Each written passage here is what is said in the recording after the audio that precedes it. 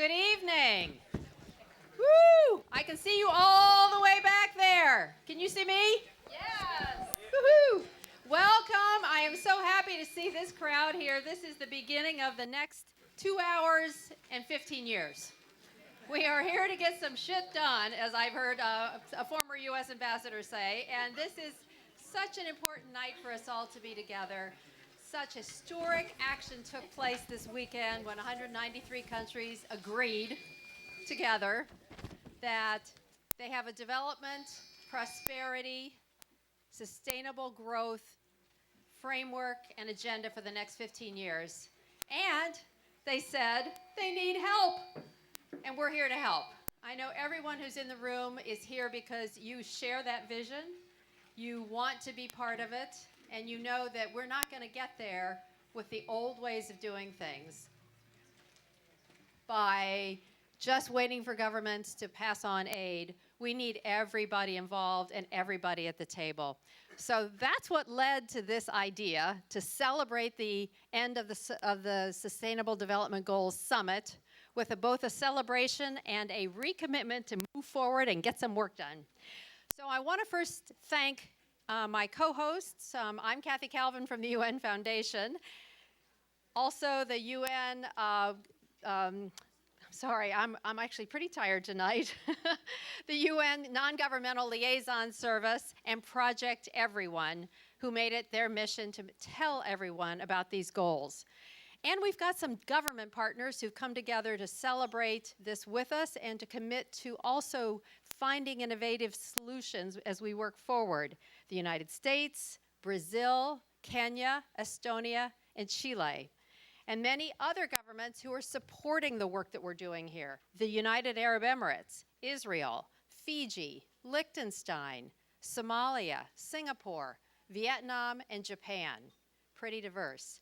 And I want to give a special thank you to the White House Office of Science and Technology for having the vision that this was the right way to end the summit and the right way to start the next 15 years. Then let me finally give one more thank you, and that is to the partners who made tonight possible, the Caterpillar Foundation, Dell, Guggenheim, BNY Mellon, MasterCard, Intel, and Rockwood Asset Management. So here we are, it's a historic weekend, and what are we going to do? Well, Ted Turner would say, stop doing the dumb things and start doing the smart things.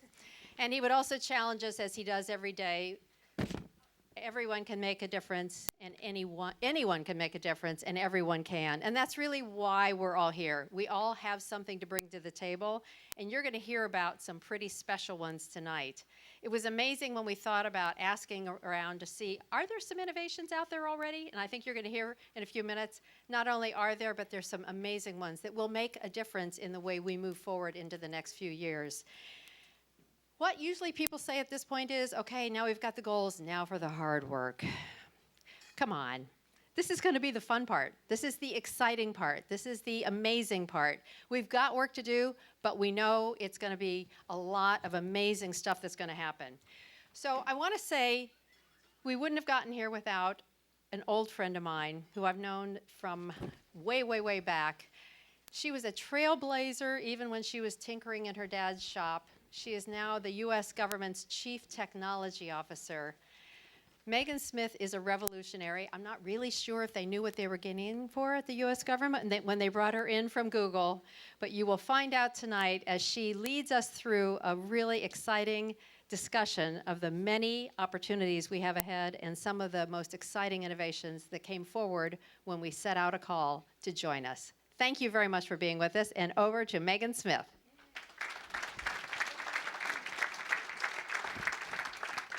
Thank you, Kathy. The UN Foundation has been incredible in helping us put this together, as have the UN Non-Government Liaison Service and the Project Everyone folks, so thank you. It's awesome to see you, and it was so incredible earlier today when we got to meet the innovators.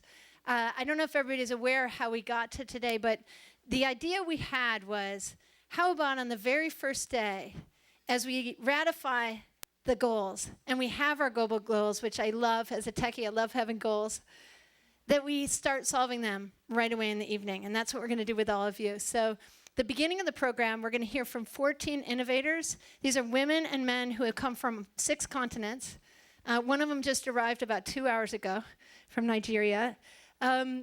People who have amazing ideas. The world I come from, I come from a more digital world, and I've come into government. And what we wanted to do was bring how we work to all of you and begin to collaborate in that way. We have this extraordinary thing of the internet that now connects us. And really, the internet is not a thing. It's just us connected in cyberspace. We posted with the UN team posted a link, a call in August, and said, we're going to ratify the goals. We want to do this summit. Who has ideas? And through the science technology partners, Brazil and Estonia, Chile, and Kenya, and also lots of fellow programs like Ashoka and Skoll and the Innovators, TED, Inc. from India. The word got out to the techies and the innovators and lots of other friends. And we had over 800 proposals that came through in a live doc that's on the web, if you want to see it. And they came from 90 countries. Astonishing. And a wonderful group volunteered to look through the proposals. And I want to thank the selection committee. So some of them are in the room. A few of them, please raise your hand if you're in. Yeah, there. Thank you, guys. Awesome. So these folks volunteered to go through that content, and it really blew everyone away. So the 14 people here are but a sampling of the amazing things that we found. And you're gonna enjoy hearing from them. What we're gonna do is almost like that TED style, so 3 minutes from each of them, really fast up. We wanted them to tell you their passion, what they're working on. All of them relate to the different 17 goals. Some of their solutions touch on many of them. The other reason that we wanted to do this is because really, sometimes when we're working at a governmental level, things become very abstract. They become about technology as it, the thing, the solution. It's sort of dehuman. But we all know that there's nothing in the world that's ever been invented without the person who invented it, and the team that did that, or the person or the team who scaled it, or the collaborative group that came together and all the cross-functionality to make it run at scale. And so we really wanted to celebrate people today. And so that's what this is really about, is the innovators of our planet.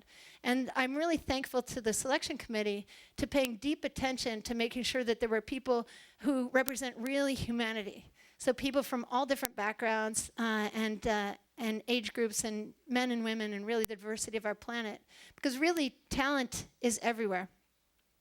I was lucky to work very closely with Malala Yousafzai. And so, you know, of course, she made her famous speech here. And for me, my hope on the education goal is not only do we reach her goal of one child, one teacher, one book, one pen, as they're enjoying programming and discovering and making and design and art and history and all the brilliance of our planet as they work together with us as our youth collaborators to solve the summits, solve our global goals, which I think we can do. All right, so without further ado, the next person up, my co-MC, Ambassador Kamau, is here. And I just want you to meet him. We have 2 stages. I'm going to be over here, and he and Punita Hira, both of you come over here, are going to be on the other side. We're going to get him to say just a couple quick words to launch us, and then we'll get the innovators up here. And innovators, you guys, some of you are in back. So the ones who are on this stage, come on up. The ones who are on that stage, go over that side. Ambassador. Come on. Thank you. Thanks, Megan. Wow.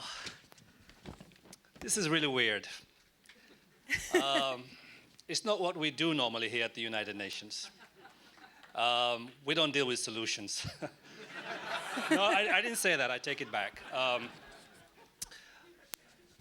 It's really amazing that within weeks of having done the Sustainable Development Goals, within hours of having had them adopted by the heads of state, we're already in solutions mode. I mean, nothing works like this out here. This is an amazing speed. I am out of breath. I came up the steps and I was like, what? We're dealing with implementation already? Anyway, let me say what I need to say. We worked on the sustainable goals with some people who are in this room. Elizabeth, Tony, I see so many faces. I don't want to begin mentioning them. And it was an incredible struggle, an amazing struggle. And we never, ever thought this moment would arrive. So it's just fantastic to be here. But there is one thing that we have to deal with, which is how we get everybody together because even though the goals are great, we still don't have the full solution matrix in place. This is about the solution matrix. It's about how we put together the governments, the civil society, the private sector, and the individuals to make it work. It's about the connectors. It's about the solvers. It's about the solutions. That's what we're looking for today. And I am very excited to be a part of this. I don't think I have anything more to say except let's get on with it, because clearly we only have 15 years. Well, I think we should try for 5 or 10. I think we can go fast. And so we're going to bring Agnes, come on over here. So I sometimes think that instead of government being parental, we should be a platform on which our solution makers stand. And so we will move out of the way. Okay. And this is Agnes Nikiria, yeah? Yes, Nakiria. Who is has an incredible legal background. And so many people in Uganda, where she's from, do not have any representation, maybe more than 90% of the prisoners. And so she's going to tell us what she has done, which is just astonishing. Welcome. Thank you. Hello and good evening, everyone. Today, I'm here on behalf of the African Prisons Project to share a vision of prisons as places of positive transformation and prisoners and prison staff as change agents in their communities and nations. Like most prison services around the world, prisons in Africa face great challenges. In Uganda, where I come from, 45,000 men and women are held in overcrowded prisons built to house just 16,000. This is partly because most people are unable to afford the services of a lawyer. Over a half are merely awaiting trial. Can I just get someone to help me with? I know I was born in the technology era, but this sometimes bullies me a lot.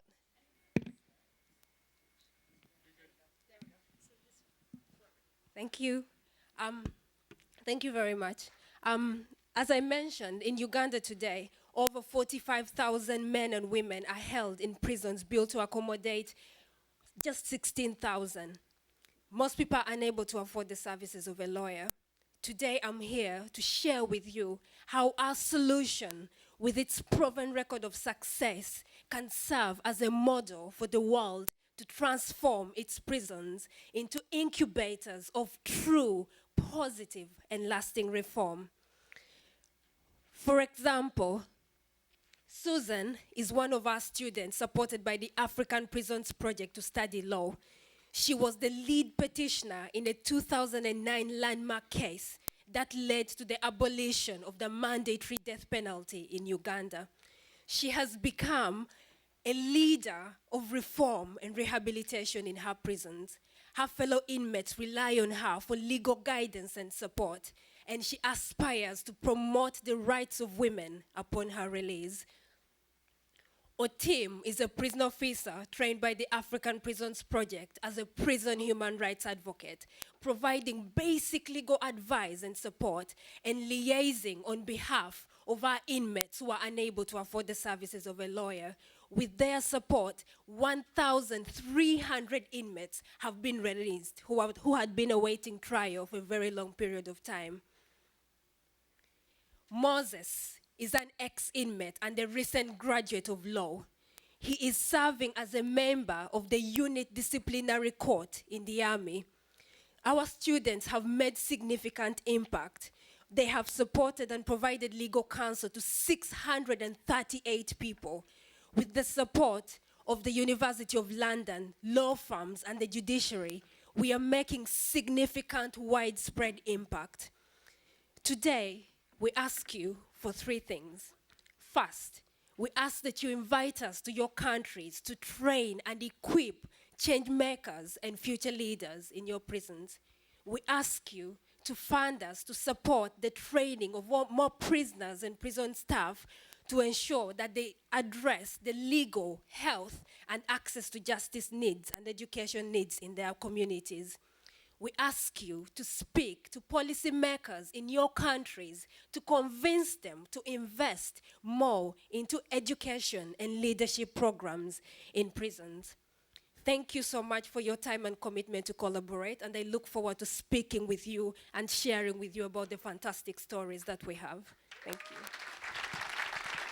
Thank you, Agnes. Okay, Tariq. Tariq is coming up. So, prisoners defending themselves with amazing curriculums and trainings. So next up, Tariq Neshnash, who is amazing. He's from Morocco, and he's as Arab Spring came, he had very creative and brilliant ideas that he's been implementing about how we might think about legislation and democracy in a new way. And so I love his thinking because it's on the shoulders of all of the giants before, but in a slightly new method. Thank you. Ladies and gentlemen, back in 2005, Kofi Annan has said that the right to choose how they are ruled and who rules them is a birthright to all people. And its universal achievement is a must goal for the United Nations. So now, when we look at the impact of technology on the political change, on human rights, on the rule of law, we feel confident about the future of building an inclusive participatory model for lawmaking.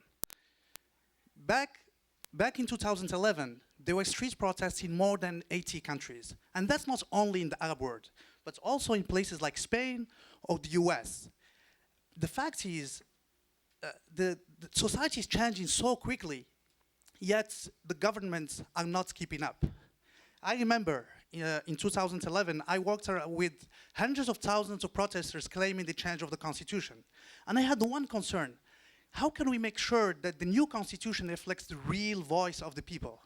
So what we did back then is we built a platform, an online platform to engage citizens to discuss and analyze the constitution, and basically every citizens could read, comment, and vote in every article.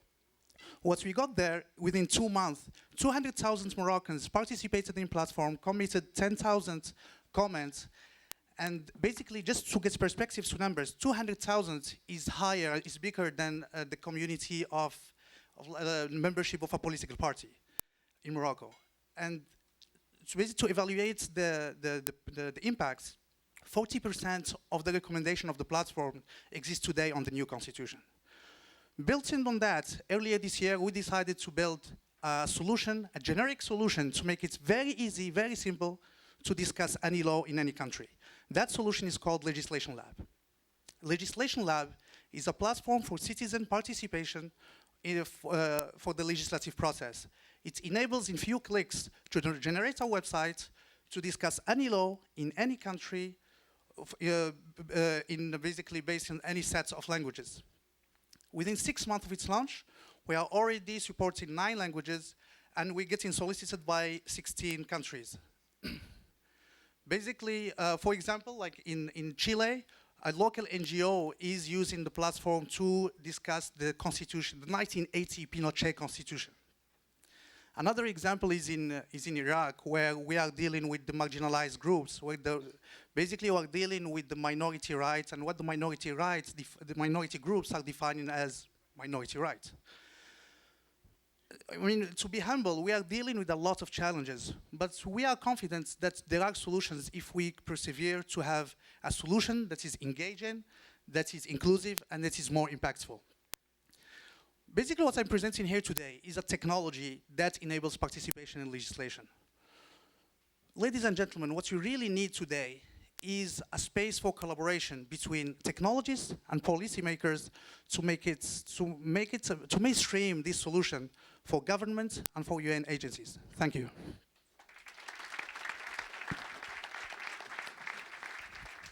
Okay, now we're going to move to the other stage. All so right. Kind of turn our attention over there. If you can hear me? Yeah. Great. So, we're going to hear now from African Design Centers. That's Christian Benimana. He is an architect with mass design, and he wants to revolutionize the continent, the African continent that is, with African design centers. His dream is to create the first generation of human-centered African designs. In my mind, it's a leap back to the African designs, the prehistoric African designs of the Swahili culture, the Zimbabwe culture, the Burkina Faso, and Ouagadougou cultures where great cities were built. That's what he wants to do, create African cities for African people. So over to you, Christiana. Thank you.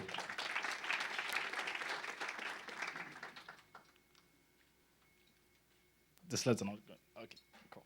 Thank you. I'm an African architect educated in China. Why China? Because my country didn't have a school of architecture until 2008. Plus, how many other African architects do you know? That's right. Italy alone, it's not clicking. Italy alone is estimated to have 4 times the number of architects the entire continent of Africa has. So to become one of the architects, I had to study abroad on a scholarship. The amount of transformation I saw in China was incredible, but I also saw serious problems. Like some of, I'm sorry, I'm having troubles with the clicker. It's not going fast enough. Yeah, we've experienced some massive displacement of population and some pollution as well in China. My country, Rwanda, is going through a building boom too. Cities are changing, and they're changing fast to accommodate this new development. The problem is there is little local knowledge to avoid the challenges I saw with China's fast development. Fortunately, in my work at Mass Design Group, we have a philosophy. We believe architecture must have a transcendent idea that instills dignity. I had joined Mass Design Group to design a hospital, Butaro Hospital in rural Rwanda. This hospital was designed to have maximum impact. It was designed to employ over 4,000 local people to build it, and build it using all local materials. But it was also designed from a patient's perspective. Instead of, my slides are not going, I'm sorry.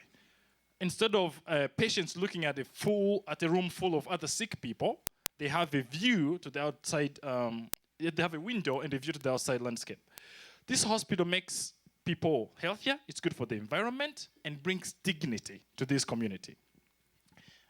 I'm sure this impact-based human-centered design approach is the only way we're going to save African built environment.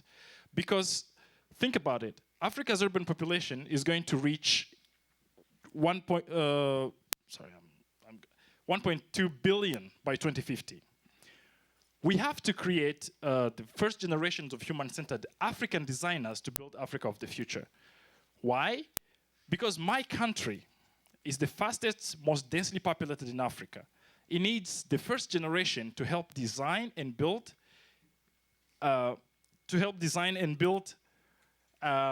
intelligently. They estimated almost 100,000 housing units we need per year for the next 5 years to house our urban population by 2020. So this generation will harness the talent and spirit that is uniquely African and build and provide adequate solutions. Because if we don't, we're going to see worsened environmental degradation, we're going to see worsened economic inequalities, and we're going to see public health disasters far worse than the recent Ebola outbreak. To have a community a whole community of human-centered African designers, the African Design Centers are the solution. They're going to build this creative leadership by selecting the most promising graduates and offer them a real project fellowship intensively for 2 years. With the commitments and partnerships that allows for a 10-year plan, we can graduate 2,500 graduates, employ and train over 200,000 people, and create over 10 million value-added jobs. Time is now to make decisions to build cities and improved communities where economic, social, and environmental opportunities exist for all. Thank you very much. Thank you, thank you. Thank you very much, Christian. Thank you, that was great. Thanks a lot. So there you are, Back to the Future. The next person we're going to hear, oh, and by the way, that's sustainable goal number 9. Okay. Giving a quiz. Yes, yeah, we have to give the quizzes as we go along. All right, we have another new sustainable goal coming up. It's by it's from Baidu Recycle, and this one is going to be presented by Z Li. In 2013, China had 1.2 billion mobile phone users. All right, just China alone, billions more in the rest of the world. So imagine those 1.2 billion mobile phones discarded in a dystopia of a landfill somewhere, leaking chemicals into the soil and releasing greenhouse gases, even as we produce even more phones that we all just absolutely cherish. The question is, how are we going to deal with all that? And the solution is what we're going to hear. Zili, over to you. Hello, everyone. I'm Louise Xili. I'm from China. So let's start my presentation with a love story between me and electronic waste. So when I was a kid, there's this black and white TV in my house. Oh, I used to spend so much good time with it that it felt like it will stay there forever. Until one day, my father came home, brought a big box of new TV, a color TV. So I asked, what would happen to my old friend? My father simply said someone will take care of it. So one day, an old man came to our house and took it away. Oh. There, I said goodbye to my first TV ever. It has since become a mystery to me. Where did my old friend go? Until one day, I saw this picture on a newspaper. And this picture. And this is a e-waste village that is just a few kilometers away from Beijing, the capital city of China. So every year, 70% of global e-waste ended up in China. And China itself is the #2 e-waste producer in the world. So everyone knows that if not properly disposed of, e-waste can be really dangerous to the environment, especially those informal e-waste sector, where they burn the e-waste to extract gold out of it. It could end up harming human body. So it's a really serious issue. So of course, it has become one of the top concerns of Chinese government. And there they set up the national plan of e-waste management, and they certified over 100 certified recycling companies, and they provide special funds. But I have one question. What about our consumers? What prevents normal household from recycling responsible? What prevents informal e-waste collectors from being certified? That's why we came up with this online solution, Baidu Recycle, a mobile application that helps you recycle your e-waste. How exactly does it work? Through this app, users take their cell phone, take a photo of the old refrigerator you want to get rid of, take a photo, upload it to the system, and then the system will start like a platform to dispatch orders, just like Uber. So certified recycling company will come to your home and pick it up. Recycling has never been so easy. So this is the 100 recycling companies certified in China. It's almost in every province here in China. And this is the e-waste informal sector that I was talking about. So through this app, we are not replacing human with machine work, but instead, we're creating jobs for these e-waste collectors to be formalized. So we launched the beta version last year, and in less than 1 year, we successfully recycled 11,000 items, more than 11,000. Most of them are big items like a refrigerator and computers and TV. So we don't want to stop here. We want to go beyond that. We want more people to use the app. So why did not more people use the app? After rounds of interviews and research, we found out that the core problem is user behavior. How do we convince 1.4 billion people to use the app? How do we come up with a better mechanism to incentivize people? How do we convince you to use the app?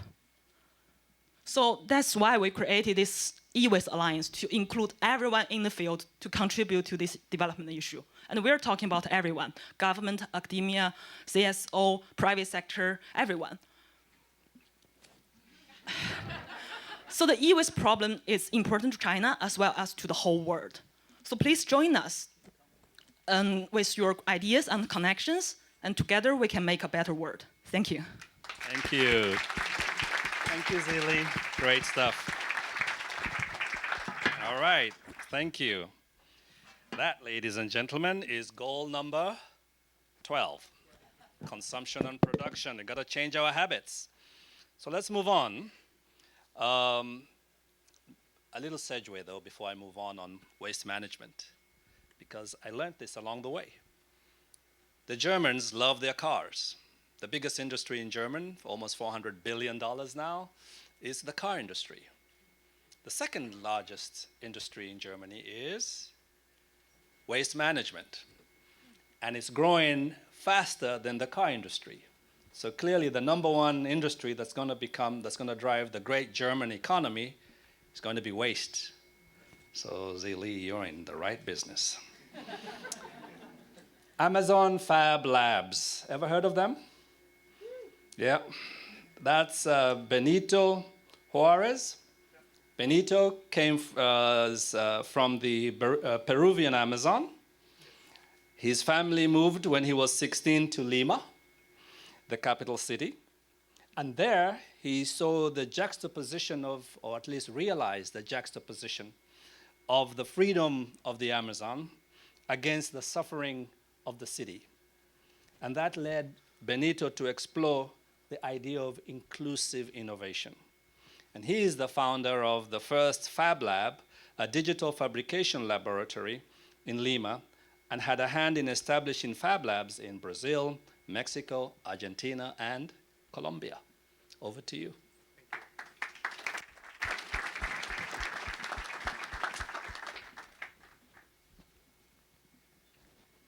Thank you very much.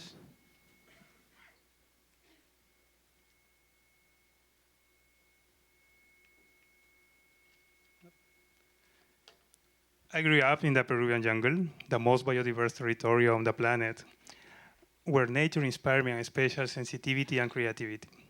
I still remember every time my father cut his finger, he would take the resin from a plant to regenerate the injury. The Amazon forests provide food, aid, and shelter, and people only produce that they consume. However, it's still one of the poorest areas of my country where basic education, health, and safety are precarious. But now we have a great opportunity with Fab Lab, the new industrial revolution, from digital communication and computation to digital fabrication as these machines. This initiative originated in the MIT Center for Base and Atoms, thanks to Professor Gershenfeld here present, is allowing anyone to make anything anywhere. In 2009, I was elected by the Spanish government, and today I work to be part of the network, and today I work to connect digital fabrication with the potential of nature and culture of my region. This is my motivation to create the Floating Fab Lab Amazon, a unique project on the future manufacturing and forest conservation. This is more than a laboratory. It is a new perspective on climate change and social inclusion. The Amazon's green earth make an ideal place for sustainable solutions incubation for both local and global communities. Our goals are reducing pollution and providing health by developing a new generation of biomaterials for 3D printing and customized nutrition, space conservation through distributed network for monitoring environment, education, providing access to digital fabrication to solve native challenges locally in production, energy, water, communication, etc.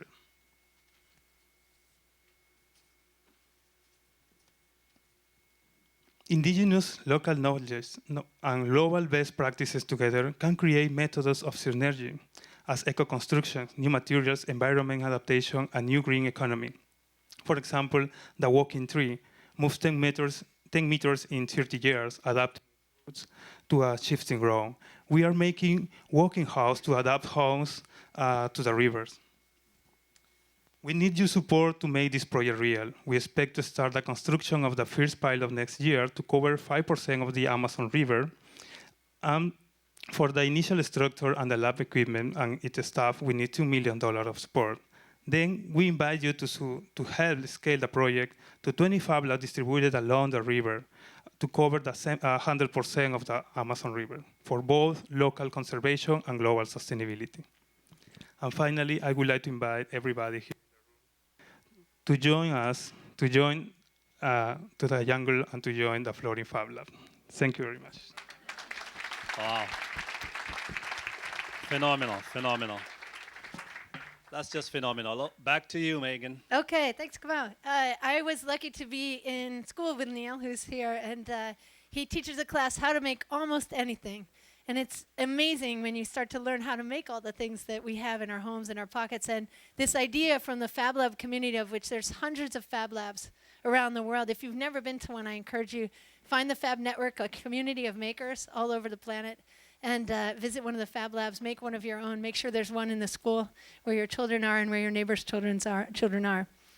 The next one is related in some way because we just saw pictures of deep devastation of the forests. So next up is biocarbon engineering. So Susan Graham from the UK is going to join us. They have my favorite use of flying things. Come.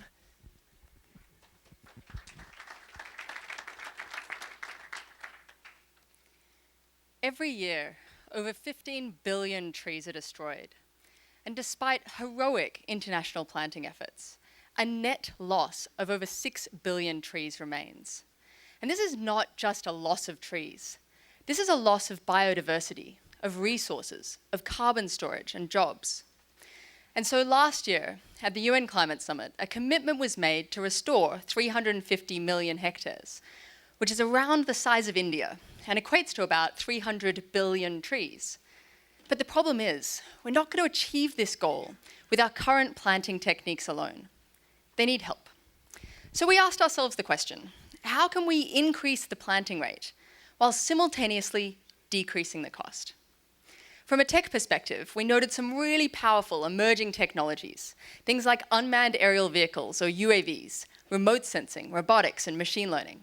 And we combine these together into our solution to plant trees using drones. It works in two phases. First, we fly over the land and take detailed images that tell us about nutrients, biodiversity, and topology. We then churn that data through a machine learning algorithm to generate a precision planting pattern. Second, we upload that planting pattern into our quadcopter planting UAV, which flies at 2 to 3 meters above the ground and fires a biodegradable seed pod at 80 meters per second at each predetermined position.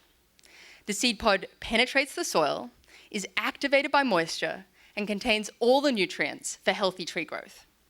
With 150 two-person teams, we could plant 1 billion trees a year.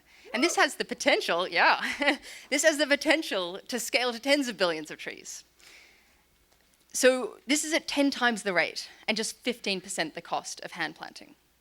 We're currently developing this technology in the lab, and we're moving into field trials in the coming months. So who needs trees? Well, the market can be broadly divided into two groups. You've got the extractive industries who have a profit motive and a regulatory requirement to replant their trees. And then you've got the much larger ecosystem restoration market. But in each of these cases, it's critical that we partner with local ecologists. The key is to put this technology into the hands of people who are already planting trees so that they can ensure positive environmental impact, as well as massive social uplift through job creation. And so today, we ask for two things. First, we need information. We need detailed information on specific places to plant, the species required, the land ownership, and current land usage. This type of information is empowering for innovators like us. Second, we need financing. Innovative projects need backing to develop the technology, and they need commitments to do large-scale field trials so we can test our technology with local species in local soils in all of the countries that are represented here tonight. My name is Susan Graham. My CEO, Lauren Fletcher, and with Biocarbon Engineering, we invite you all to join us as we change the world, 1 billion trees at a time. Awesome. Awesome, awesome. I like that use of flying things. Next up is an amazing colleague from Burkina Faso, Her Royal Highness Abzida Digma. She's a mechanical engineer. I like that. And she's going to tell us about Abze Solar. And it's really focused on women and girls in a really creative way. And so I will trade off a little bit with you. So look at the light. Beautiful innovation around solar and lighting. Thank you. This is my Mama Light Solar Lamp. Thank you for inviting me and recognizing our work. Many thanks. This is a robust solar lamp designed to adapt to our climate. And with it's a dust-proof, drop resistance, and also with our sun, you can charge it for 8 hours, and you have 5 hours light in the evening. As you know, on the sunset in Africa, it's totally dark. If you just close your eyes, you will see that it's completely dark. That's how it is. 90% of the people don't miss light. The Mama Light Initiative for Sustainable Energy really, it's meant to empower the people. We're distributing more than 10 million solar lamps to help the people. With the Mama Light lamp, they can really study, work. The impact is huge. It's also make life more easier for women and kids, and more important, it's healthier. As you know that 4.3 million people dying every year for indoor pollution. This is really a pity. Why the Mama Light Initiative for Sustainable Energy is unique? It's a bottom-up approach, community-based, owned by women, managed by women. We're training them to install, maintain, and I'm insisting on the maintenance because vocational training is really key. When you're technical, you know that you really need to go in that. And then comes, I'm really welcome the partnership that we have with UNDP. We commit within the Sendai framework to train, and we are training 5,000 youth and women in every country in the Sub-Sahara, combined with the multifunctional platform of in several countries. It's a ticket out of poverty, I can tell you. The impact is huge. Immediately you have 200,000 people who benefit. And you can imagine in Africa we are sharing those 200,000 people, you can multiply that by 10 easily. What we need, of course, is access to finance. We need to adapt also the tools. We need to be more flexible, listen to the bottom, working together with the local authorities, that's what I'm doing, the traditional authorities, to deliver the goods that they need, adapt it to our climate. It's very important. This is really key. And what I'm doing is to strengthen the supply chain for you. We like to partner. I'm not looking for charity. I want to be partner. We are part of the value chain. So time is limited. I would like really to share more with my experience and move our production lines to Africa. This is very important because the transportation cost is really huge. I thank you very much for your kind attention. Thank you. And I love having an engineer princess. There's some folks in Hollywood, I might mention that too. Okay, so Kamau, over to you. All right. Right, the next two examples are from India. One is about water, the other one is about sanitation. So the first one is freshwater recharge. Lalit Sharma. Lalit? Where's Lalit? There you are. Lalit Sharma is a civil engineer from India, and he has found a simple and effective way to create freshwater pockets for potable use within saline aquifers. He is here today to take us through his innovation in freshwater conservation. Lalit, we're over to you. right there. Thank you. Groundwater is a very important resource. Unfortunately, it's depleting, and because of salinity, it's getting unfit for any use. On this earth, 24 million square kilometer is having saline groundwater. Because of that, 1.1 billion people are suffering. They are struggling with the salinity. 44% of the world's population live in coastal areas, highly vulnerable to seawater intrusion. Next, please. This salinity is not a localized problem. It's not a regional problem. It's spreading all over the globe, and it's increasing. Unfortunately, in these saline areas, poor population cannot afford the presently available cost-intensive and energy-intensive solutions. The solution may be rainwater harvesting, because it's an ultimate and renewable source. It is a potential game changer.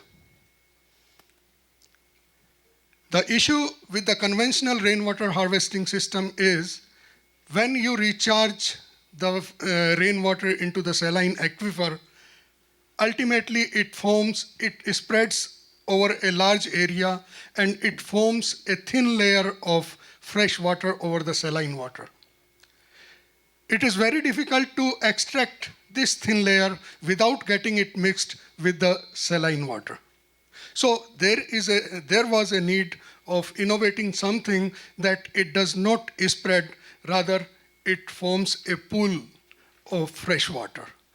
And my innovation does just that. It forms a pool of fresh water within the saline aquifer, so it does not need any cost-intensive storage tank. It does not need any space over the ground, very little space, and big storage within the aquifer itself. Next, please. Looking at the need of poor population in the saline areas, we have decided to keep this innovation into public domain royalty-free. You all are welcome to take this innovation to the people in need. This is very low-cost intervention, just a recharge well. It does not have any recurring cost. It is scalable from household to community. It can be adapted in both coastal areas as well as inland areas.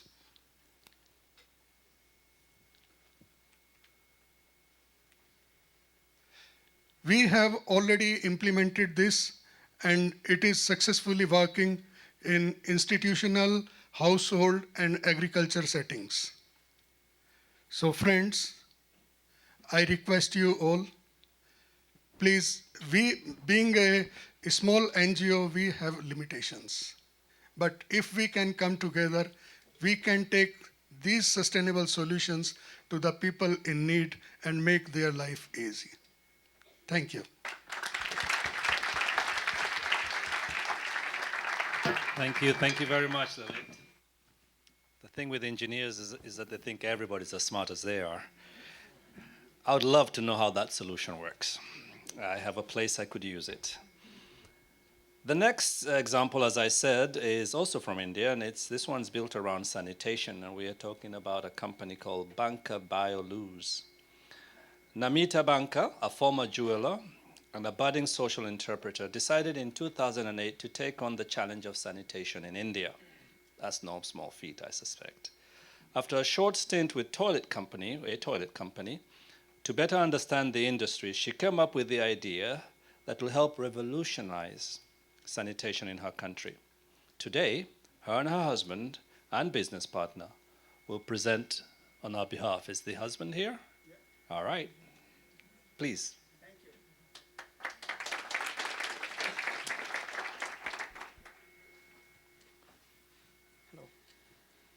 So Namita is on her way to France next month, and her passport is with the France consulate, and I'm here. I have a 2024 visa.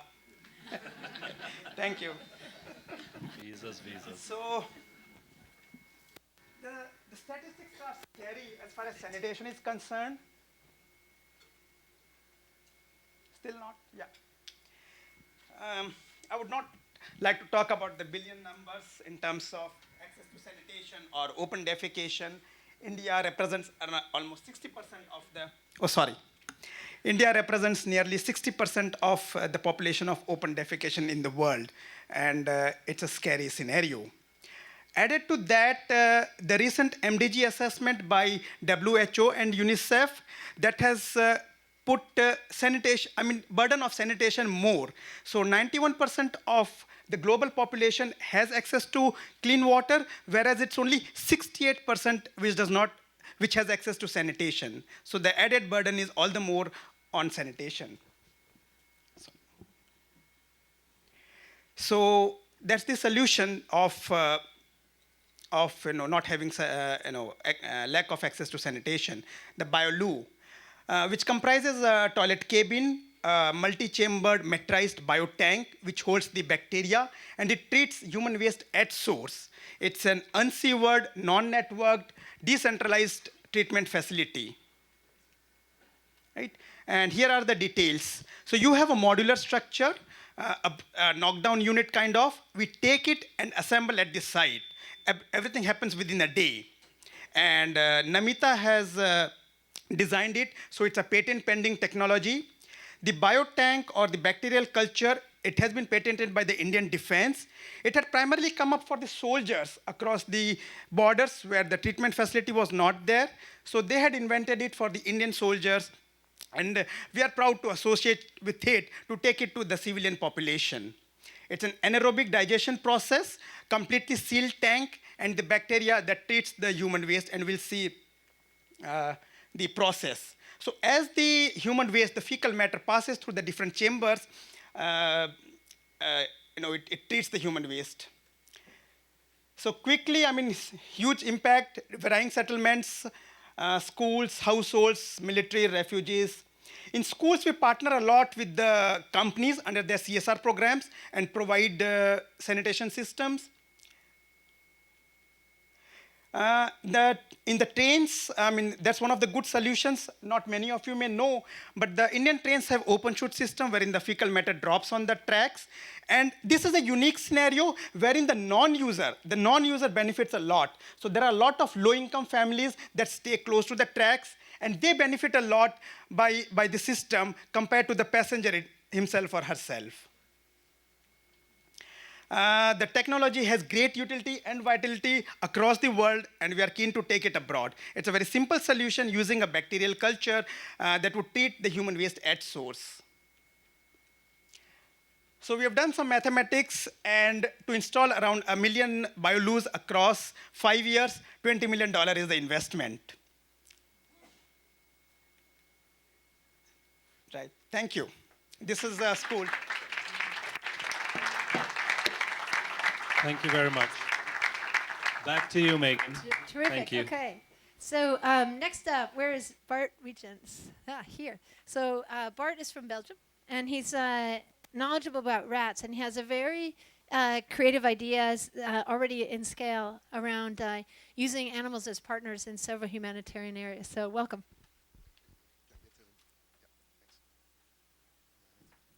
Just 10 days ago, Mozambique declared itself landmine-free. But would you believe that this gorgeous animal, the giant African pouched rat, has played a critical role in that achievement? Well, you better do, because it's true. I'm Bart Wegens, and I'm the founder of Apopo, a global organization operating from Tanzania that trains rats to save human lives by detecting landmines and tuberculosis. Here you see a hero rat at work in Mozambique. The animals are very much trained by positive behavior reinforcement, just like dogs are, to indicate the smell of explosives. And then they indicate by scratching on the soil. But the animals are much faster. They're up to 50 times faster than their human counterparts. And they speed up the process considerably and make it a lot more cheap. They literally work for peanuts. Actually, using detection rats technology in combination with heavy machines like caterpillars and manual deminers with metal detectors can speed up the process considerably. And we actually are this land release approach has boosted the output of mine action, where the expected duration of clearing Mozambique would take 100 years. Thanks to the hero rats, we did it in 23 years. And where we are now is we already replicated this approach in Angola and in Cambodia. And now we are looking at Zimbabwe and Colombia, because we believe that these countries have a similar landmine situation where the rats can be very instrumental in giving the overall mine action program an enormous boost in efficiency. To do that, we need to work at maximum capacity, we need about $2 million per year per operational program. For the 4 operational programs we have running now, around $8 million yearly, yearly cost. We also train rats to detect tuberculosis. And here you see a tuberculosis detection rat at work in a central lab facility in Dar es Salaam, Tanzania, where we cover the entire city, collecting samples from all the clinics and run them through a rat screen. And why is this important? Because the routine technique to screen for tuberculosis is microscopy, and it fails by 50%. But not this buddy. He has here found a sample that he indicates by putting his nose for 3 seconds in the sniffer hole, and then he gets a click sound and a food reinforcer. Utilizing this algorithm of fast screening all samples in a megacity, running them through such a rat unit, and the algorithm utilizing the high specificity of a microscope and the high sensitivity of a rat, we have consistently increased case detection rates in Dar es Salaam, Tanzania, and in Maputo, where we already replicated, by over 45% since 2007. So far, we screened 140,000 patients and found an additional 8,500 people who were initially missed by microscopes. Our 10-year goal is to bring this model, which is really a cost-efficient health intervention, a preventative health intervention. We want to bring it to 15 megacities in the high burden. There's 22 high burden countries, and we want to bring it in 15 of these megacities in high burden countries. To do this, our goal is to screen 5 million people and have our intervention lead to the prevention of 1.5 million infections. To do this, we need an overall $25 million or 2.5 million per year. To conclude, we think that we're only scratched the surface of the potential of detection rats technology. We also want to soon start training rats to detect non-communicable diseases like cancers. And also for the detection of improvised explosive devices, the animals might have a use complementary to dogs. And well, there's a lot to say more about, but my time is over, and you can always find us later to talk more rats. Thank you. Thank you, Bart. Next up is a project called the Born Project, which is co-founded by Anna Maria Saarinen, who's coming up. And 8 babies die every minute. And a lot of times it's due to lack of any kind of intervention in those first few hours. And so we welcome Anna Maria to the stage to talk a little bit about that. She's got an amazing thing she's going to show you on her phone in a minute, but we'll do that in a sec. Okay. Welcome. Wait, I got one. Yeah, I got one less hand than I need. Okay, go. Just push that on the side. Thank you so much. Wow, what a special honor to be here, and congratulations to the other presenters tonight. You're doing a great job. Didn't make me any less nervous, but you're doing a great job. So we have the project that we started in Minnesota called the Born Project, which has its roots in the Midwest with a little baby who was diagnosed with critical congenital heart disease at 2 days old. She was entirely asymptomatic, but she was in profound heart failure, being sent away from the hospital. And that was my daughter, Eve, my third child. So we thought everything looked great, but she indeed was not doing very well. Wow, this clicker is super sensitive. You're right. The other one doesn't work, and this one moves ahead. So because of her situation, we were able to start exploring how a little red beam of light could actually reduce the chance that a child could leave the newborn nursery undetected with a very serious heart problem or other health condition. And that red beam of light is actually pulse oximetry. It's been around a pretty long time, actually, about 25 years, so commonly used that most doctors refer to it as the fifth vital sign. But it wasn't being used on newborns for whatever the reason. And we had a lot of babies, actually 1 in 3 in the newborn nursery, that were leaving hospitals right here in the US undiagnosed. So once we got our pilot up and running, we were able to approach the federal government here in the US to look at how this screening tool can be used as an early diagnostic. And within about 18 months, we were able to have the US Department of Health and Human Services make a recommendation that all newborns in the United States should be screened for congenital heart disease using pulse oximetry. So this is a test that has so far saved an estimated 3,200 newborn lives in the United States for about the cost of a diaper change in the newborn nursery. So the technology, while widely accessible in NICUs and in well-resourced areas, wasn't available in a platform that was sort of affordable and accessible.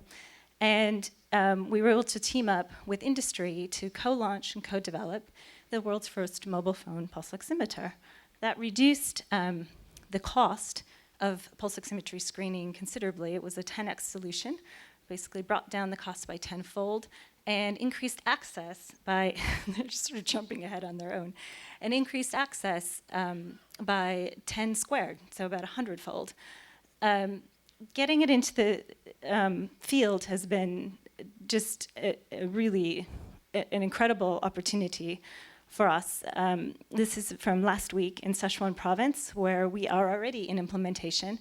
We have a screening program there that is screening about 78,000 babies across 50 different delivery sites. This is a very resource-poor area, but thus far we've had remarkable implementation success with this device in partnership with the government at the municipal and provincial and national level, and with clinicians countrywide who have really shown a keen interest in how this can actually help detect secondary conditions such as pneumonia and sepsis, which are the number 2 killers of newborns around the world, claiming about 1 million lives annually. So that became our sort of target condition as we look into low resource settings, and we've been really excited to see the results coming through.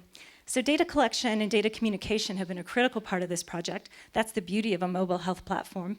And I don't know if they've been able to see like what's showing up on there. I'm sure oh, look at my heart rate. That's pretty much what a newborn is like. Because, yeah. So doctors, don't be alarmed. I think we're going to zoom in off the camera. Yeah, so it's actually really great. It's got the same sensitivity and specificity as a hospital-grade pulse oximeter. But what it's calculating there is that my blood is really well oxygenated, so it's at 100%, exactly where we want it to be. My heart rate is ridiculously high. And then the perfusion index... Yeah, exactly. Like the alarm would be going off if I had the sound on it right now.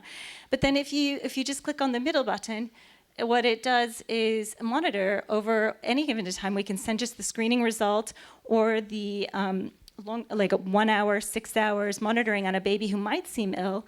And then on this last one, if the frontline health worker in the low resource setting, yep, that one, and then if you hit the email button, it just takes that data that you just saw, puts it into a little CSV file. You don't even need Wi-Fi. This is just a cell signal. You hit that button, it sends it wherever it needs to go to the next nearest primary care physician or someone who can say, okay, here's what I'm seeing with this baby, definitely hypoxemic, you want to refer and transfer. So there's where the sort of infrastructure investments need to happen. Okay, so I have to go back to this slide. So this is what we're sort of looking for.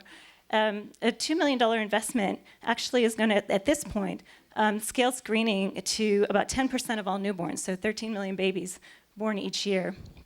And then we also need to leverage both existing and new partnerships, both governmental and private sector, for impact and greater ROI. I mean, this could be, we're ecosystem driven. This is about what the treatment infrastructure looks like, how we can get these kids to proper care, using Susan's drones to deliver amoxicillin to babies who have sepsis or pneumonia. Right on, to raise your hand. That's like such a great opportunity to do so much more with this. And then empathy, understanding that every death is preventable. These are all the places where pilots are happening, and that is the opportunity we have to save 1,200 lives a day for the rest of the Sustainable Development Goals. And lastly, my daughter, if she were born anywhere in 95% of the rest of the world, she would be dead today. So I really, really thank you for letting me share her story and our work, and I hope to talk to you more after.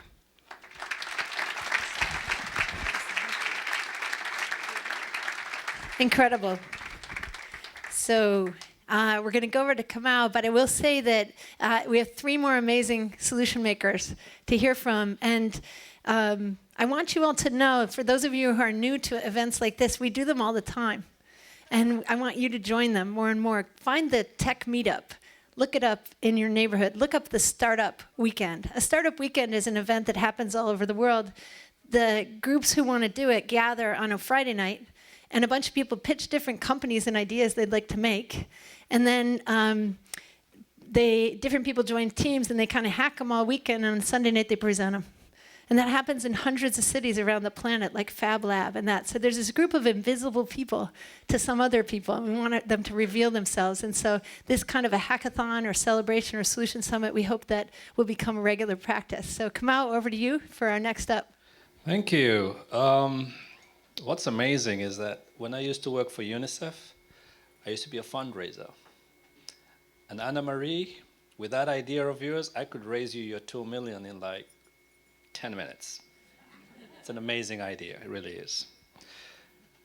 The next idea is called Planet Oz, or OS. This is a roboticist and product developer by training. Rainer Steinfeld is an Estonian entrepreneur based in the Silicon Valley, focused on data-driven businesses that grow enterprise value and designing human interaction with data. So, Rainer, there you are. Over to you. Good evening, everybody. It's an honor to be here.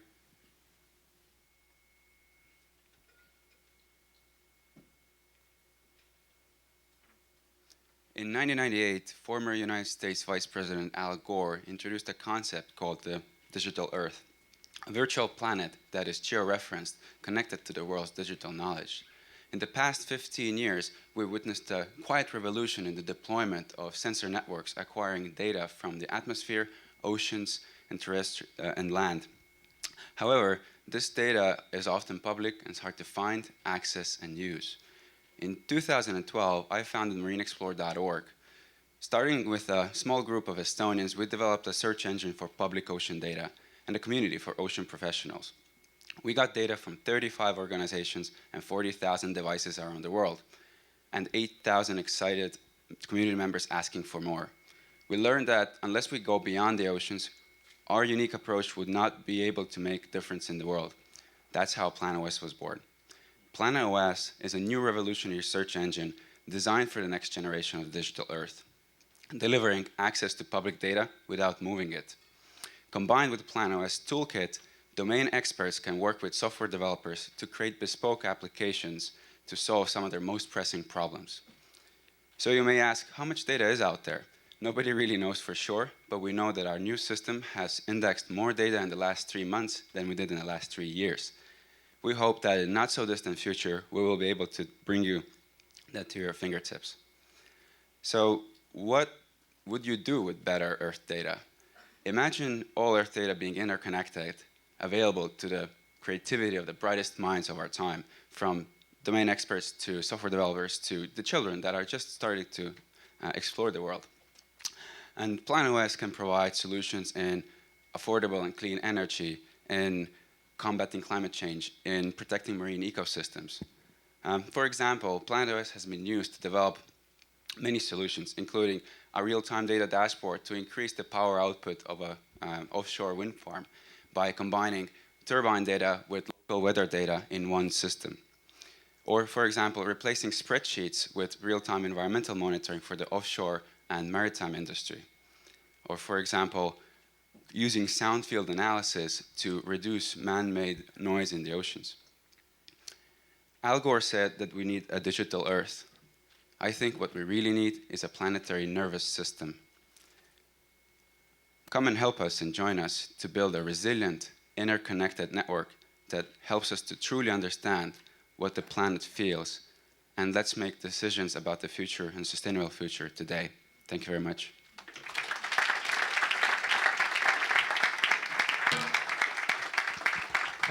Thank you very much. We put the pulse on the world, right? That's right. The next idea is called Save the Cassava. Laura Boykin, a computational biologist in Australia, seeks to empower African scientists with the knowledge of genomics and high-performance computing skills to not only tackle the whitefly cassava disease, but also to curb future insect outbreaks. Over to you, Laura.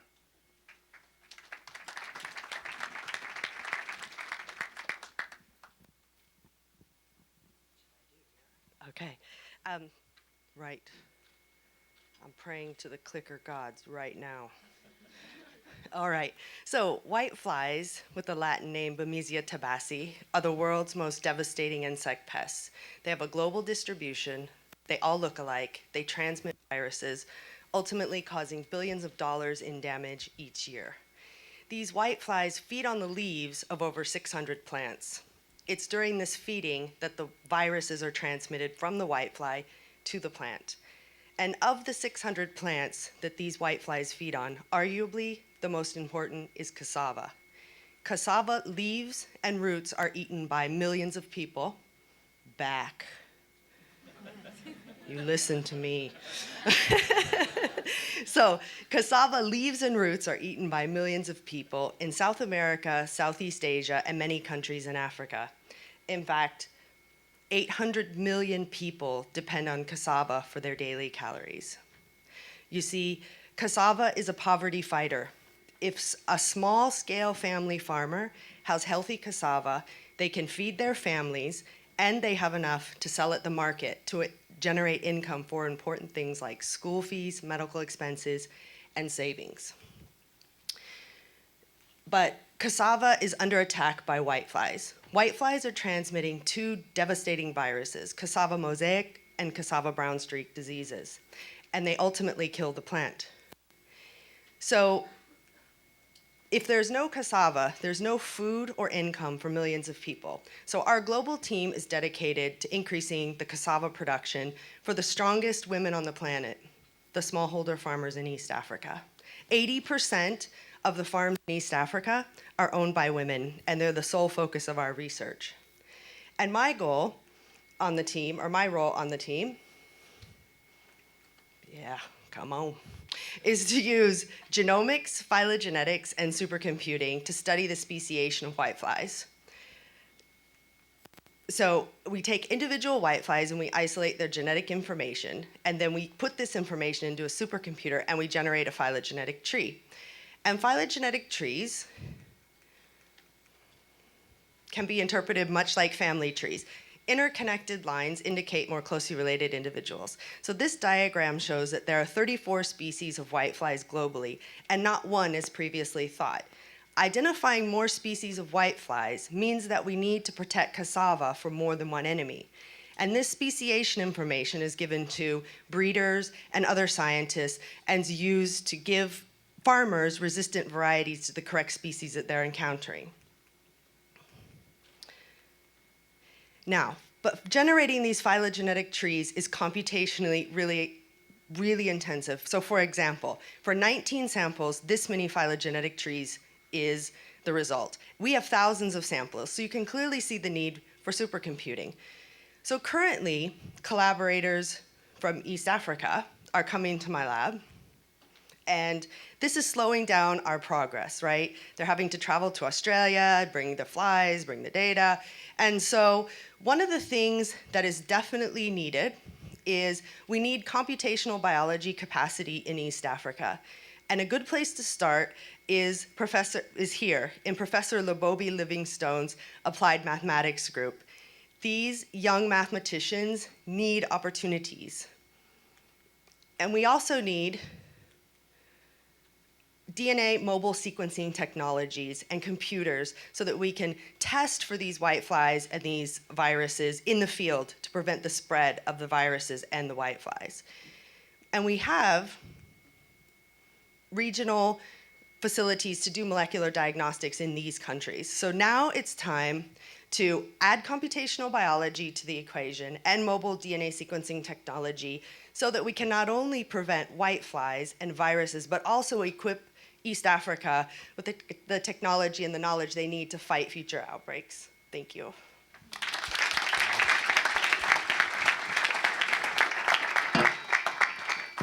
Thank you, Laura. Thank you, Laura. That's amazing. We're gonna solve the clicker point issue very soon. Don't worry. We just need a supercomputer. Okay. The next presenter. Am I doing the next presenter, Megan? We're going to do it together because this is our last presenter and we wanted to share an amazing story. All right. Sometimes it's very difficult to get around our planet for both reasons of travel, but also reasons of visas. And I just wanted to highlight that our next presenter, who's amazing, stood outside of the embassy for 5 hours in the rain in Nigeria, did not succeed to get his passport from the embassy, stayed overnight, went back, we found a guard, we got back in, we found the passport. Then when he got to the airport, they refused him admissions to the plane because he wasn't allowed to transit in Europe for some period of time for some crazy reason that we need to debug in the policy arena.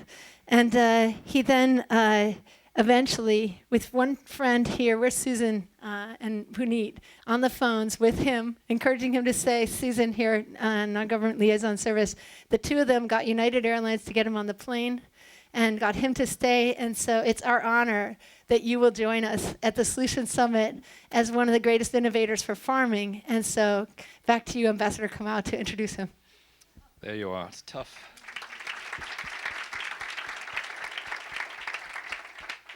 It's tough being an African and trying to move around the world. Hey, I know what you mean, brother.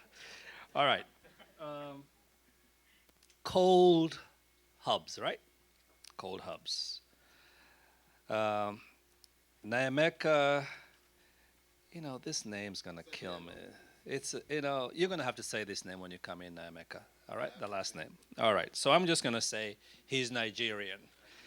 That is a farmer, a social entrepreneur, a radio presenter. He grew up frustrated, not just with the embassy, but with mounting losses of smallholder farmers, all right? And through his research, he discovered local farmers were losing about 45% of their crop due to excruciating heat in markets. They just couldn't store the stuff, right? And from those frustrations, he developed cold hubs concept. So, over to you, Nyameka. Thank you very much.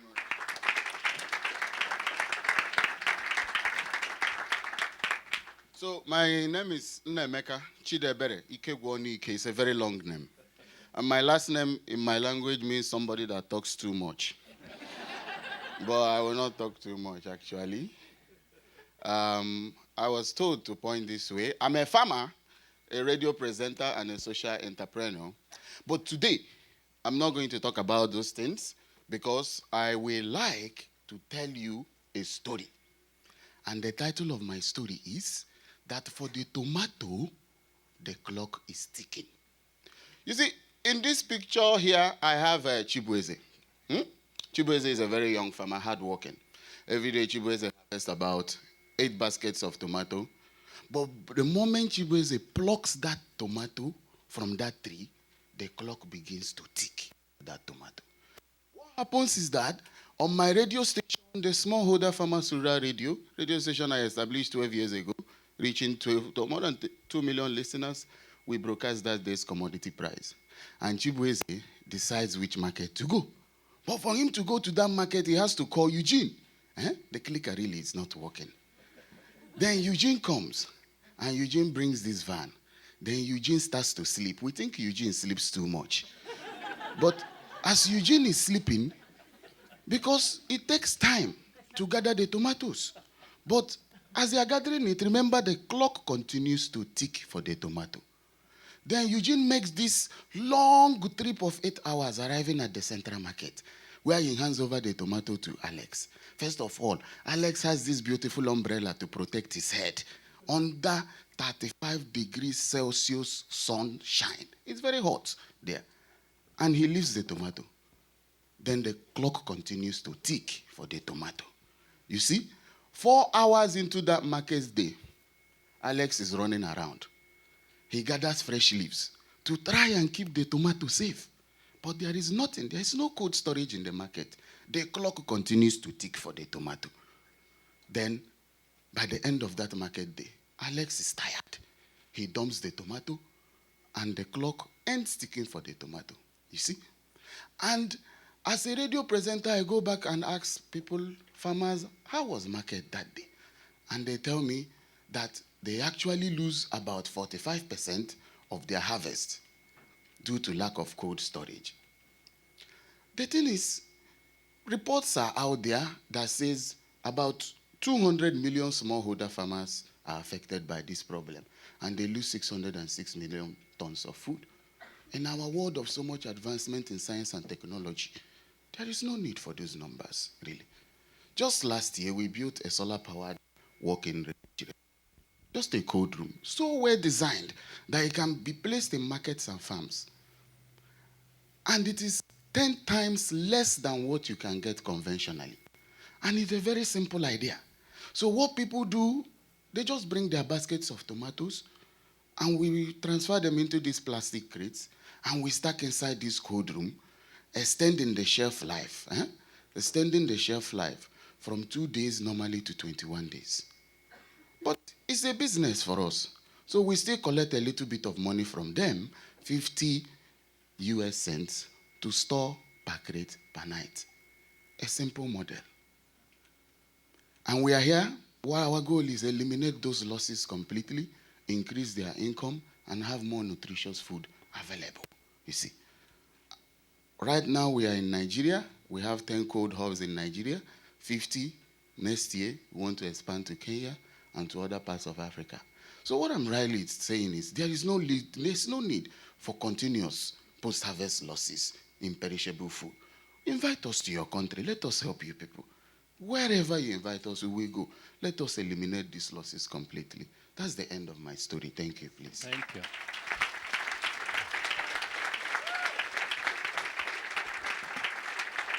It's an amazing story. Thank you very much. It's an amazing story. Being a farmer myself, I can relate.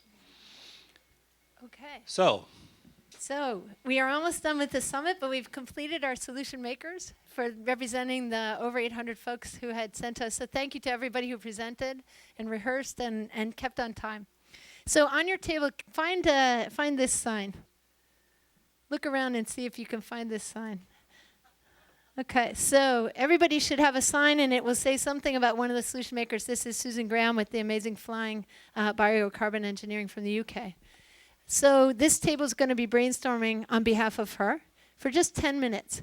So you guys are going to take 10 minutes and have a conversation with each other about one thing. So this is how you think about it. You are suddenly on this person's team. Now what do? What kind of things might you be able to help them with? What kind of resources or ideas? Do you know somebody who has a technology that's similar? Do you know somebody who would love this idea? Do you have ideas for funding? Or do you have ideas for distribution? Ideas for markets? All the different things that would help an entrepreneur. Pretend you are their angel investor. Maybe you are working in the team. Maybe you're on the board. Maybe you're the family member of your entrepreneur. So put yourself into a role and think about how you might help them. And so we want you to spend at least 2/3 of the next 10 minutes just hearing from different people at the table of a few things and jot them down for us so that we can collect the notes. A few things you might do if you were on this team suddenly. How would you drive this entrepreneur forward? And also, all good ideas need critique. And so spend a little bit of time on the critique, but I ask you, don't spend most of your time. So we think 2/3 yes, and this is where you should go. This is wonderful. I will help you with this. I have these ideas for you. And then 1/3 yes, but. What's the critique? Is there an issue for privacy? Is there an issue for some quality issue, some distribution issue, some challenge for this entrepreneur that you can identify to support them? Because that's very helpful for them to be aware of too. So we'll start the timer. And so we'll just take, we have a special guest before we do that. Okay, so Kathy Calvin. So we are so lucky to have the Secretary General's special advisor on the post-2015 agenda. We're done saying post-2015, by the way, on the new Sustainable Development Goal agenda. And without Amina Mohammed from Nigeria, this would never have happened. This was a unique leader at a unique time who was able to work with people like Ambassador Kamau and all of the other permanent representatives at the UN to find their way forward, to get the support from the Secretary General's office, and to produce information about data and all the other things it's going to take to make sure we get these goals into place and through implementation. Amina, we are so happy to have you here. You've missed some really fun stuff this afternoon. I'm going to let Megan give you 2 seconds of what's happened, and then we'd just love to have you inspire the crowd a little bit. And I know we're about to go have some drinks, but we've got also some brainstorming to do. But come on up, and Megan, over to you to give her a quick summary. Yeah, so we have solution makers from all 6 continents. There are women and men here who are just astonishing with their ideas. We've seen ideas of flying drones to plant more than 1 billion trees a year. We've seen ideas around cold storage that would work in the marketplace that is quite awesome.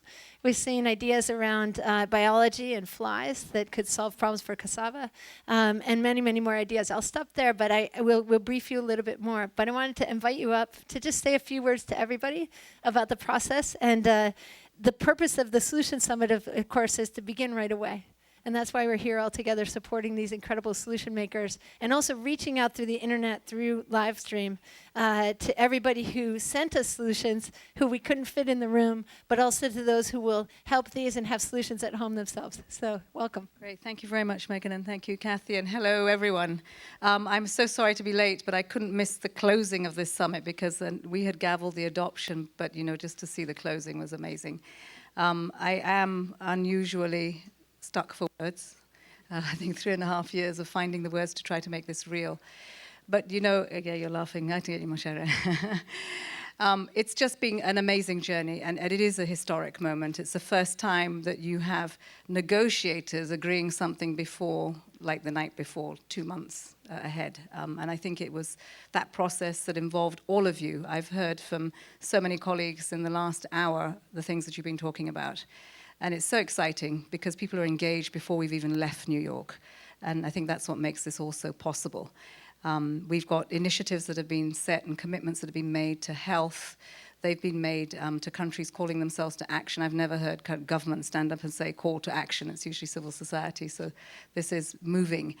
But it all can't be done without finding the solutions to what we all know. The how we do this is going to be incredibly important. And I think that the wealth of what you shared today has also, I hope, engaged young people, because we keep saying the young people are the torchbearers. I hope it will be intergenerational, that we will have another partnership between those of us that have got lots of experience and those that are coming on, and that we don't need to wait for them to have the experience. We have to work with them, and that's our young people, and innovation is the best place to start that. But it requires foundations in many of our countries that don't have it. So everything that's happened here today is wonderful, but it needs to happen everywhere for everyone. And that's the challenge of the next 15 years, is to make that happen. I think the partnerships are there for this. We've all said that one of the first steps that we need to take towards really engaging with getting everyone into this has been the data revolution. And we don't want that to go away. That's incredibly important. The first thing we ever said was that we need our baselines, but we know that if we're strengthening institutions, that's boring, but needs to be done, not an attractive investment. We can make it attractive if we show the sort of innovations and the data technology and the big data that's around that excites people to do things because they can see them in real time. They can make real of what seems very far off. And I think that's what's special about all of this. Implementation's key, but it's key at the country level. And it's hard. In many countries, it's very hard. But I think the opportunities are there. And everyone's excited about it. We've just got to get up and walk the talk. And you started doing that this evening. So thank you very much, everyone. And let's go and do it. Right attitude. Thank you so much. Okay, so normally when we have these kinds of summits, we give ourselves 20 or 30 minutes for brainstorming, but we just want to get a sampling on behalf of folks here. So my goal for you at your tables is that you'll have maybe 3 yes ands or 4 yes ands that you want to share with the entrepreneur, and maybe 1 or 2 or 3 yes buts. And I want every single person at the table to get a chance to say anything. So we'll start now. And I'll just let you know when we call time, somebody just scribe it down and save this so that we can give it to your innovator. Maybe you just bring it directly to them. And we will be hearing a couple more words, and then we'll go into the next room, straight down the hallway, where there's a much larger area with food and celebration. Each of our entrepreneurs will have a station where they will be there able to talk to you. And the wonderful sponsors also, who are incredibly innovative and working on the goals also, will be near them, so you can talk to them about some of their innovative work there, and all of us can be together, and some more people will join us. Okay, so we'll start the timer now. 2/3 yes and. How would you help these folks? What would you do? 1/3 yes but. Go. Thank you, everybody, for amazing energy and ideas that you've brought to people. I'm going to, I just want let's hear 2 ideas out of the room, just because we are pressed on time and we have lots of friends over in the other side of the building who want to join us. So anybody want to just shout out something awesome that they're going to do and which idea it is? Come on, there's something in the room. Yes.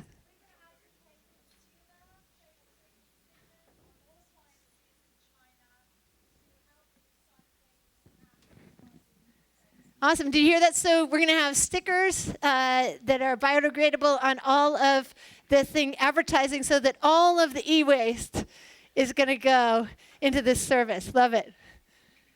One other one from the room. Ryan has a mic. Come on, share. There's one way back there. Way back there. Okay, way back in the room. He's running. And tell us which idea it was. Right, it's Baidu e-waste to propose that you have an app on the crystal of the smartphone. So the government incentives to actually, for the mobile handset, to actually provide the app in devices by default and recycling devices. So there's a motivation for the mobile companies to actually do this. That's a great idea. So just like the 911 or 119 and those things, and the installed app, make it permanently installed when you buy the phone. Great idea. Any other last ones? Yeah, no? Okay, so write down on behalf of your entrepreneur, bring it to their table. We're about to go into the other room, and we'll join folks. There'll be food. The entrepreneurs will be there, and others. But before we go over there, we want to say a quick thank you to everybody who's put this together. So Puneet from my team. Where's Susan? Where's Susan? There she's coming. Okay. So Susan Myers, representing the UN Foundation. Susan Alsner, representing un-ngls. And thank you to all of the amazing... Ambassador Kamau, co-moderator, co-chair.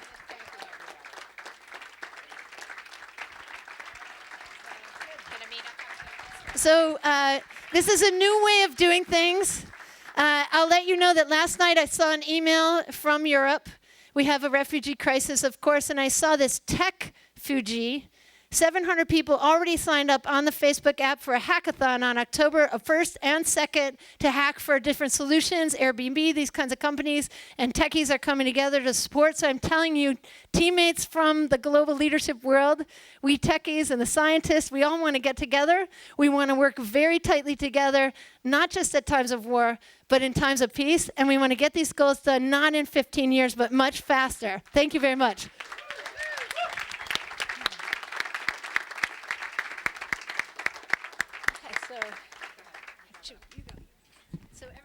So we're going to go. Yeah, okay, so everybody grab stuff. If you have papers for the entrepreneurs, bring them for them, and we're going to head straight down this hallway and join folks. Also, a wonderful server from the group said that the full moon is visible, and that in about an hour, there will be an eclipse. And it just will give us some perspective about being on a planet together. Thank you.